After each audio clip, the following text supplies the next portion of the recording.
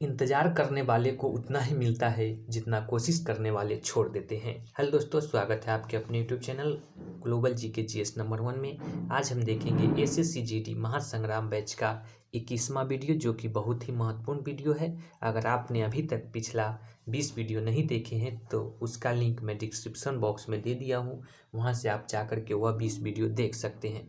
अगर आप हमारे चैनल पर पहली बार आए हैं तो ग्लोबल जीके जीएस नंबर 1 को सब्सक्राइब कीजिए और बेल आइकन जरूर दबा लें, ताकि मैं जब भी वीडियो अपलोड करूं तो सबसे पहले आप तक नोटिफिकेशन जा सके। और कोई दोस्त आपका एसएससी जीडी का तैयारी करता हो तो इसे यह बैच शेयर जरूर करे। तो ना ज़्यादा देर करते हुए आज के पहला क्वेश्चन से देखते हैं। विश्व पर्यावरण स्वस्थ दिवस प्रतिवर्ष किस तिथि को मनाया जाता है? ऑप्शन ए 25 सितंबर, ऑप्शन बी 26 सितंबर, ऑप्शन सी 27 सितंबर, ऑप्शन डी 28 सितंबर। तो इसका राइट आंसर जो होगा वो होगा बी 26 सितंबर। यानी विश्व पर्यावरण स्वस्थ दिवस प्रतिवर्ष किस तिथि को मनाया जाता है? तो ऑप्शन बी 26 सितंबर इसका राइट आंसर होगा। देख लेते हैं इससे कुछ रिलेटेड क्वेश्चन। यानी 25 सितंबर को अंत्योदय दिवस मनाया जाता है और 27 सितंबर को विश्व पर्यटन दिवस मनाया जाता है और 28 सितंबर को विश्व रेबीज दिवस मनाया जाता है। तो याद कर लीजिएगा दोस्तों, इससे रिलेटेड क्वेश्चन जितना भी है। देखते हैं दूसरा नंबर क्वेश्चन। किसने डाक करनी होगी पोर्टल लॉन्च किया, जो डाक विभाग का एक ई लर्निंग पोर्टल है? Option A Narendra Modi, option B Shri Nitin Gadkari, option C Amit Shah, option D Shri Ashwini Vaishnaw. तो इसका राइट आंसर जो होगा वो होगा option number D Shri Ashwini Vaishnaw. यानी किसने डाक करनी होगी पोर्टल लॉन्च किया है, जो डाक विभाग का एक ई लर्निंग पोर्टल है? तो ऑप्शन डी श्री अश्वनी वैष्णव इसका राइट आंसर होगा। यह सब करेंट का क्वेश्चन है दोस्तों, याद कर लीजिएगा। देखते हैं तीसरा नंबर क्वेश्चन। भारतीय वायुसेना ने किस वर्ष तक मिग-21 विमान को बाहर करने की घोषणा की है? Option A 2025, option B 2024, option C 2023, option D 2030। तो इसका राइट आंसर जो होगा वो होगा ऑप्शन नंबर ए 2025। यानी भारतीय वायुसेना ने किस वर्ष तक मिग-21 विमान को बाहर करने की घोषणा की है? तो ऑप्शन ए 2025 इसका राइट आंसर होगा। करेंट का क्वेश्चन है दोस्तों, ध्यान दीजिएगा। चौथा नंबर क्वेश्चन देखते हैं। किस देश ने वीडो उपग्रह नेविगेशन प्रणाली लॉन्च किया है? Option A America, option B चीन, ऑप्शन सी उत्तर कोरिया, ऑप्शन डी जापान। तो इसका राइट आंसर जो होगा वो होगा ऑप्शन नंबर बी चीन।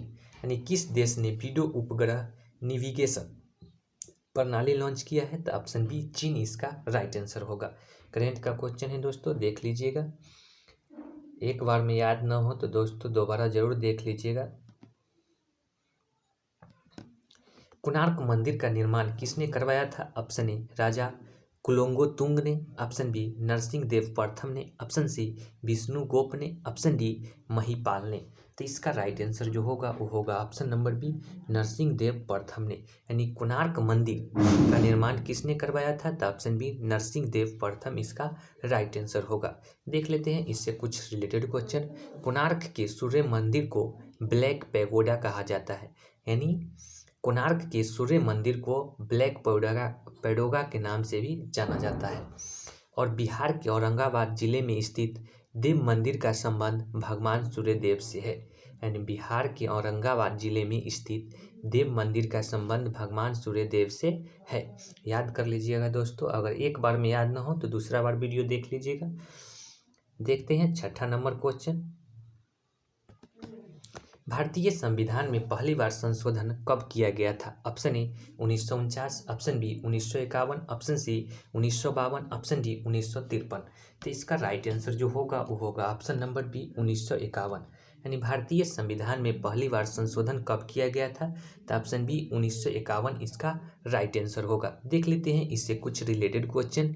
यानी भारतीय संविधान को 26 जनवरी 1950 को पूर्ण रूप से लागू किया गया था। कब लागू किया गया था भारत के संविधान को? तो 26 जनवरी 1950 को पूर्ण रूप से लागू किया गया था।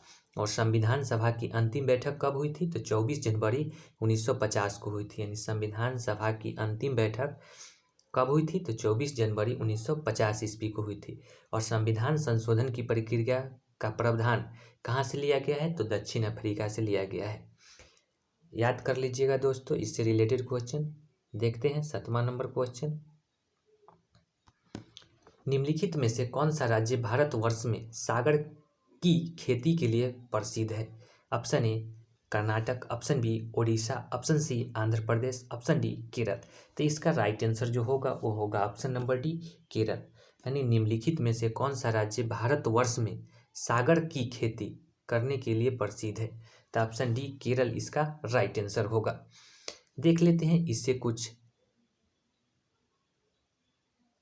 सॉरी दोस्तों, यहाँ जो होगा वो सागर कुछ तो होता नहीं है, तो यहाँ होगा रबर की खेती। रबर की खेती होगा यहाँ, देख लीजिएगा। फिर से एक बार क्वेश्चन दोहरा लेते हैं। निम्नलिखित में से कौन सा राज्य भारतवर्ष में रबर की खेती के लिए प्रसिद्ध है? Option A Karnataka, option B Odisha, option C Andhra Pradesh, option D Kerala. तो इसका राइट आंसर जो होगा वो होगा option number D Kerala. Kerala यानी निम्नलिखित में से कौन सा राज्य भारतवर्ष में रबर की खेती के लिए प्रसिद्ध है? तो ऑप्शन डी केरल इसका राइट आंसर होगा। देख लेते हैं इससे कुछ रिलेटेड क्वेश्चन। नारियल भी सबसे अधिक भारत के केरल राज्य में होती है, यानी नारियल भी सबसे अधिक भारत के केरल राज्य में होती है। दूसरा, भारत में सर्वाधिक मसाला उत्पादन आंध्र प्रदेश में होती है, यानी भारत में सर्वाधिक मसाला उत्पादन आंध्र प्रदेश में होती है। तीसरा क्वेश्चन, केसर भारत में जम्मू कश्मीर केंद्र शासित प्रदेश में सर्वाधिक उत्पादित होती है, यानी केसर भारत में जम्मू कश्मीर केंद्र शासित प्रदेश में सर्वाधिक उत्पादित होती है। देखते हैं अगला क्वेश्चन, याद कर लीजिएगा दोस्तों क्वेश्चन। कहीं भी दिक्कत हो तो कमेंट करके ज़रूर बताइएगा दोस्तों। आपको यह वीडियो कैसा लगा कमेंट करके ज़रूर बताइएगा। देखते हैं 8वां क्वेश्चन, निम्नलिखित में से पूंजी का संग्रहण पुस्तक के लेखक कौन है? Option A Shrimati John Robinson, option B Adam Smith, option C Lord Maynard Keynes, option D उपयुक्त में से कोई नहीं। तो इसका राइट आंसर जो होगा वो होगा ऑप्शन नंबर ए श्रीमती जॉन रॉबिन्स। यानी निम्नलिखित में से पूंजी का संग्रहण पुस्तक के लेखक कौन है? तो option A Shrimati John Robinson इसका राइट आंसर होगा। देख लेते हैं इससे कुछ related question. Wealth of nation के लेखक कौन है? तो Adam Smith. Wealth of nation के लेखक कौन है? तो एडम स्मिथ। और ड्राइन ऑफ वेल्थ का सिद्धांत दादा भाई नौरोजी ने दिया, यानी ड्राइन ऑफ वेल्थ का सिद्धांत दादा भाई नौरोजी ने दिया था। और भारत का आर्थिक इतिहास आरसी दत्त ने लिखा। किसने लिखा?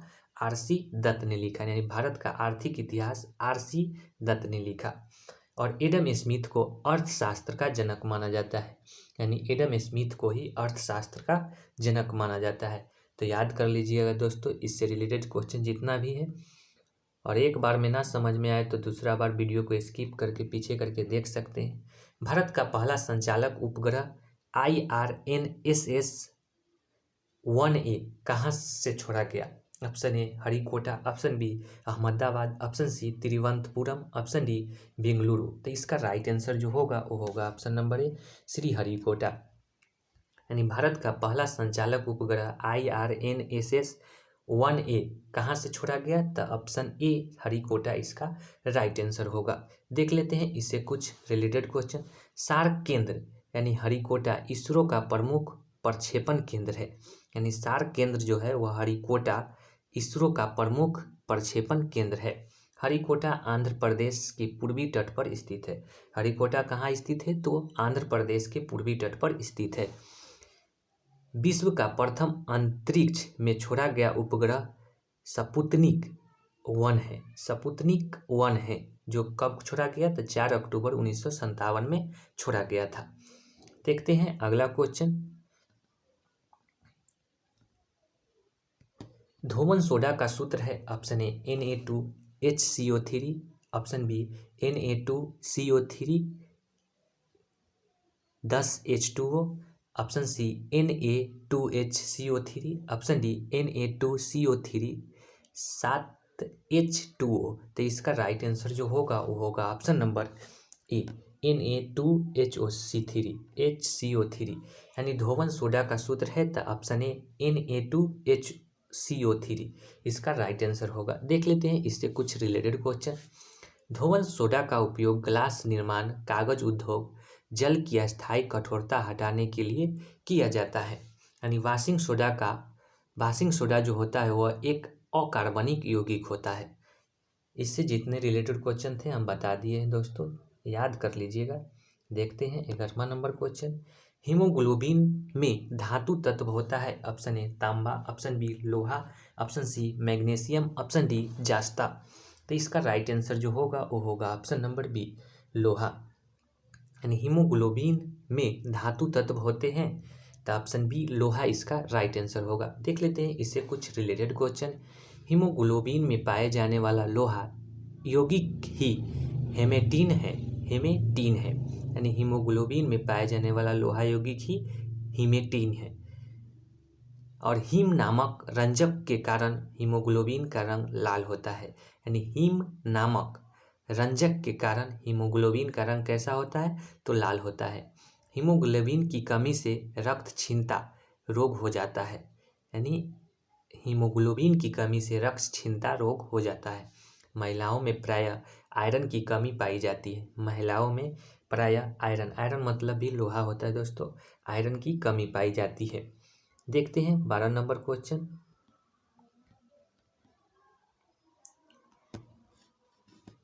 थाल घाट और भोर घाट निम्न में से किस तट पर स्थित है। ऑप्शन ए मवार तट, ऑप्शन बी कोरोमंडल तट, ऑप्शन सी कोकण तट, ऑप्शन डी उपयुक्त में से कोई नहीं।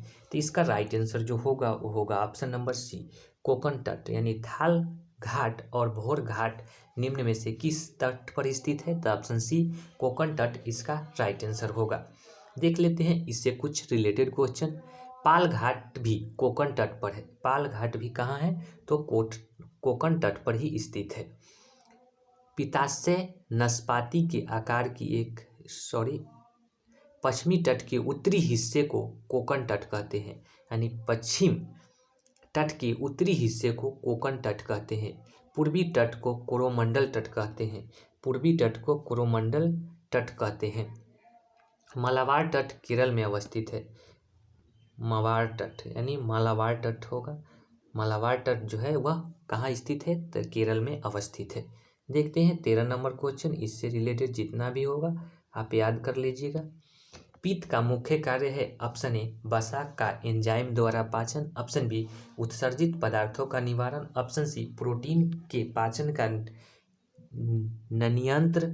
नियंत्रण होगा दोस्तों, ऑप्शन डी पाचन तथा शोषण हेतु वसा का इमिलेशन करना। तो इसका राइट आंसर जो होगा वो होगा ऑप्शन नंबर डी पाचन तथा शोषण हेतु वसा को इमिलेशन करना। यानी पित्त का मुख्य कार्य है तो ऑप्शन डी पाचन तथा पोषण हेतु वसा का इमिलेशन करना इसका राइट आंसर होगा। देख लेते हैं इससे कुछ रिलेटेड क्वेश्चन। पित्त यकृत से निकलता है। पित्त कहाँ से निकलता है? पित्त कहाँ से निकलता है तो यकृत से निकलता है। पित्ताशय नाशपाती के आकार की एक थैली है। पित्ताशय क्या है तो एक नाशपाती के आकार की शैली है। पित्त जो होता है वो पकाशय में पित्त नालिका के माध्यम से आता है। पित्त पीले हरे रंग का क्षारीय द्रव्य है जिसका पीएच मान 7.7 होता है। यानी पित्त पीले हरे रंग का एक क्षारीय द्रव्य है जिसका पीएच मान 7.7 होता है। इसे जितना रिलेटेड क्वेश्चन बताया हूँ दोस्तों याद कर लीजिएगा। बहुत ही मेहनत लगता है क्वेश्चन बनाने में दोस्तों। आप लाइक करके इसको जरूर मनोबल बढ़ाइएगा हमारा दोस्तों। कौन सा कार्बोहाइड्रेट मोनोऑक्साइड है? Option A sucrose, option B glucose एवं फ्रेक्टोज, ऑप्शन सी मेलेक्टोज, ऑप्शन डी उपयुक्त सभी। तो इसका राइट आंसर जो होगा वो होगा ऑप्शन नंबर बी ग्लूकोज एवं फ्रेक्टोज। यानी कौन सा कार्बोहाइड्रेट मोनोऑक्साइड है तो ऑप्शन बी ग्लूकोज एवं फ्रेक्टोज इसका राइट आंसर होगा। देख लेते हैं इससे कुछ रिलेटेड क्वेश्चन है। कार्बोहाइड्रेट मोनोसैकराइड में ग्लैक्टोज, मैनोज, ट्राइओज भी पाया जाता है। यानी कार्बोहाइड्रेट मोनोसैकराइड में लैक्टोज, मैनोज और ट्राइओज भी पाया जाता है। देखते हैं अगला क्वेश्चन और 15 नंबर क्वेश्चन। शिखा टंडन किस खेल के लिए प्रसिद्ध है? शिखा टंडन किस खेल के लिए प्रसिद्ध है?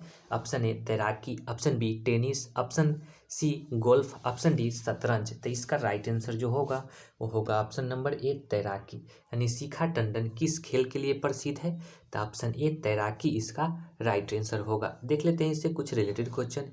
इन्होंने 146 राष्ट्रीय पदक और 36 अंतर्राष्ट्रीय पदक जीते हैं। बहुत ही वीवीआई क्वेश्चन है दोस्तों, याद कर लीजिएगा। इन्होंने 146 राष्ट्रीय पदक और 36 अंतर्राष्ट्रीय पदक जीते हैं। ये भारत के कर्नाटक की रहने वाली है। ये कहाँ की रहने वाली है शिखा टंडन? तो यह भारत के कर्नाटक की रहने वाली है। देखते हैं 16 नंबर क्वेश्चन। हिमाचल प्रदेश की दूसरी राजधानी क्या है? Option A Solan, option B Chamba, option C Dharamshala, option D मंडी।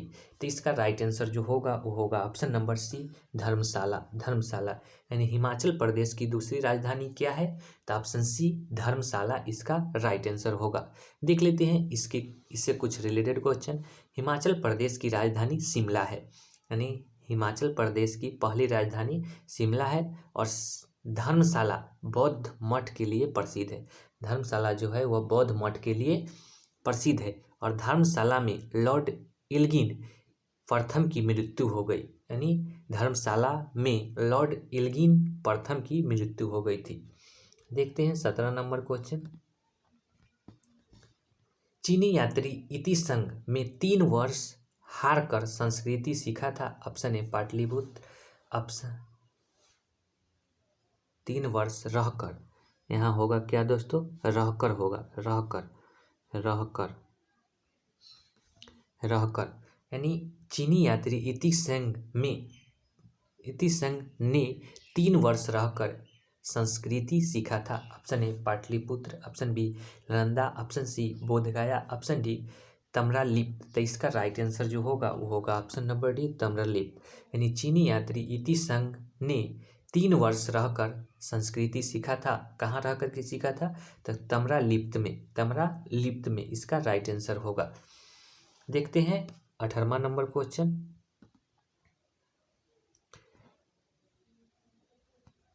भारतीय अंतरिक्ष कार्यक्रम का जनक किसे कहा जाता है? भारतीय अंतरिक्ष कार्यक्रम का जनक किसे कहा जाता है? तो option A Abdul Kalam, option B Vikram Sarabhai, option C Rakesh Sharma, option D Homi Bhabha. तो इसका राइट आंसर जो होगा वो होगा option number A Abdul Kalam. यानी भारतीय अंतरिक्ष कार्यक्रम का जनक किसे कहा जाता है? तो डॉक्टर एपीजे अब्दुल कलाम को कहा जाता है। देख लेते हैं इससे कुछ रिलेटेड क्वेश्चन। भारत की मिसाइल मैन कार्यक्रम का जनक किसे कहा जाता है? तो एपीजे अब्दुल कलाम जी को कहा जाता है। यानी भारत की मिसाइल कार्यक्रम का जनक किसे कहा जाता है? तो एपीजे अब्दुल कलाम सर को कहा जाता है।